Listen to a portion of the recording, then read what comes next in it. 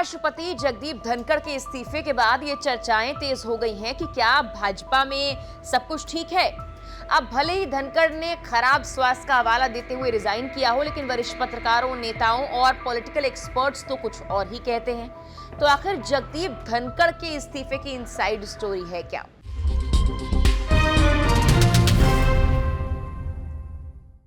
वरिष्ठ पत्रकार आदेश रावल ने धनखड़ के इस्तीफे के बाद ही ट्वीट किया कि आज शाम को बिजनेस एडवाइजरी कमेटी की बैठक में उपराष्ट्रपति के साथ समूचा विपक्ष था, लेकिन भाजपा की तरफ से जेपी नड्डा और संसदीय कार्य मंत्री नहीं आए।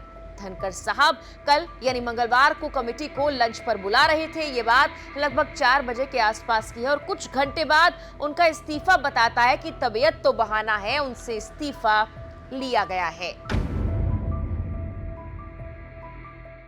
आज तक की संवाददाता मौसमी सिंह कहती हैं कि मॉनसून सत्र के पहले दिन जगदीप धनखड़ पूरी सक्रियता के साथ संसद में दिखे। संसद में कई मीटिंग्स ली। इस दौरान उन्होंने खराब स्वास्थ्य का कोई जिक्र नहीं किया था, लेकिन इसके 3 घंटे बाद ही उन्होंने इस्तीफा दे दिया। वरिष्ठ पत्रकार राजदीप सरदेसाई ट्विटर पर कहते हैं कि पिछले हफ्ते आरएसएस प्रमुख मोहन भागवत ने सार्वजनिक हस्तियों के लिए 75 वर्ष की सेवानिवृत्ति आयु निर्धारित करने की सलाह दी थी। जगदीप धनखड़ अगले मई में ही 75 साल के हो जाएंगे, तो फिर अब मॉनसून सत्र के पहले ही दिन उन्होंने इस्तीफा क्यों दिया? क्या उनकी तबीयत अचानक इतनी खराब हो गई थी? वो देश भर के कार्यक्रमों में व्यस्त थे या कोई अज्ञात पावर प्ले चल रहा है? दिल्ली के सत्ता के गलियारे अटकलों से भरे हैं, पिक्चर अभी बाकी है।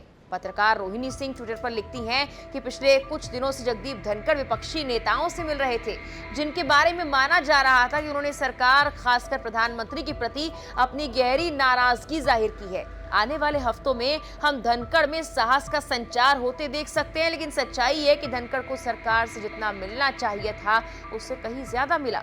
एक और ट्वीट में वो लिखती हैं कि धनखड़ विपक्षी नेताओं के साथ निजी बातचीत में भाजपा के शीर्ष नेताओं पर क्यों हमला बोल रहे थे, जबकि उन्होंने इस बात पर भी जोर दिया कि भाजपा के नेता इस इस्तीफे पर खामोश क्यों हैं।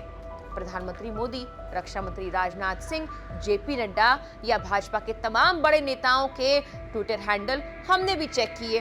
वैसे असल में ही इस इस्तीफे पर इस वीडियो के बनाए जाने तक तो उन्होंने कोई प्रतिक्रिया नहीं दी। तो क्या वाकई भाजपा में सब ठीक है या फिर नहीं? इंडियन एक्सप्रेस की एक रिपोर्ट पर गौर करें तो भाजपा के एक वरिष्ठ नेता के हवाले से उसमें लिखा गया है कि सोमवार को सरकार को काफी शर्मिंदगी का सामना करना पड़ा, क्योंकि वो न्यायमूर्ति यशवंत वर्मा को हटाने के लिए अपने द्वारा प्रायोजित प्रस्ताव को लोकसभा में पेश कर रही थी।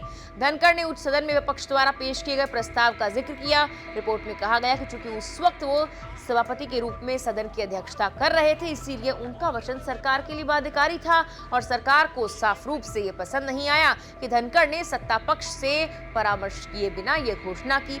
एक भाजपा नेता ने कहा, जब सरकार लोकसभा में प्रस्ताव पेश करने के लिए आम सहमति बनाने की कोशिश कर रही थी, राज्यसभा के सभापति ने एक नोटिस स्वीकार कर लिया जिस पर सिर्फ विपक्षी सांसदों के हस्ताक्षर थे और एक बयान जारी कर दिया। यह सरकार के लिए बहुत बड़ी शर्मिंदगी की बात थी।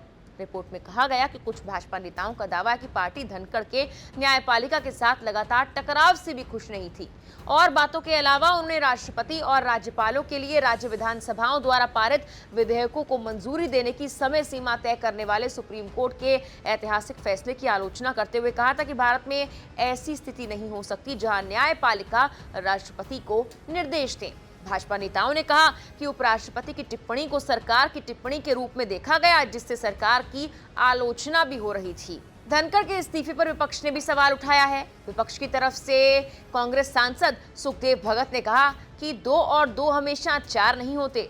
राजनीति में सब कुछ सीधा सादा नहीं होता, कुछ बातें होती हैं। बिहार चुनाव है, आप सोच सकते हैं कल जवाब आएगा, वो दिन में ही इस्तीफा दे सकते थे, लेकिन लगता है या तो उन पर दबाव था या फिर सब कुछ पहले से ही डिसाइड था। समाजवादी पार्टी के राज्यसभा सदस्य जावेद अली खान ने कहा कि उन्होंने उपराष्ट्रपति को सदन में देखा, वो ठीक लग रहे थे। उन्होंने कहा कि आज तो ऐसा नहीं लगा कि उन्हें कोई स्वास्थ्य समस्या है, लेकिन अगर कोई समस्या है तो हम ईश्वर से प्रार्थना करते हैं कि वो स्वस्थ रहें, जल्द ही सब कुछ साफ हो जाएगा। अब ऐसे में उपराष्ट्रपति के इस्तीफे के बाद अटकलें तेज हो गई हैं कि क्या भाजपा में सब कुछ ठीक है या फिर इस इस्तीफे के पीछे स्वास्थ्य कारण नहीं बल्कि कुछ और कारण है। हालांकि आपको बता दें कि देश के 14वें उपराष्ट्रपति जगदीप धनखड़ ने 21 जुलाई की रात को अपने पद से इस्तीफा दिया। उन्होंने स्वास्थ्य कारणों को इसकी वजह बताया। 74 साल के धनखड़ का कार्यकाल 10 अगस्त 2027 तक था। उन्होंने 10 जुलाई को एक कार्यक्रम में कहा था, ईश्वर की कृपा रही तो अगस्त 2027 में रिटायर हो जाऊंगा। धनखड़ ने अनुच्छेद 67A के तहत राष्ट्रपति द्रौपदी मुर्मू को त्यागपत्र सौंपा और लिखा कि स्वास्थ्य की प्राथमिकता और डॉक्टरी सलाह का पालन करते हुए मैं भारत के उपराष्ट्रपति पद से तत्काल प्रभाव से त्यागपत्र दे रहा हूं। उन्होंने पत्र में राष्ट्रपति को उनके सहयोग और सौहार्दपूर्ण संबंधों के लिए धन्यवाद दिया। प्रधानमंत्री और मंत्रिमंडल को भी सहयोग के लिए आभार जताया। हालांकि राष्ट्रपति की मंजूरी के बाद ही उनका इस्तीफा प्रभावी होगा।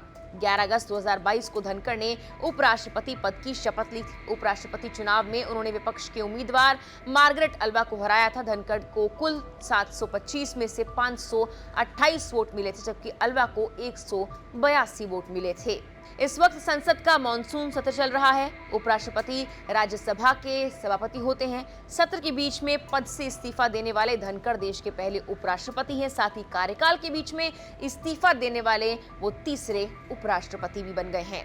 फिलहाल के लिए इस वीडियो में इतना ही।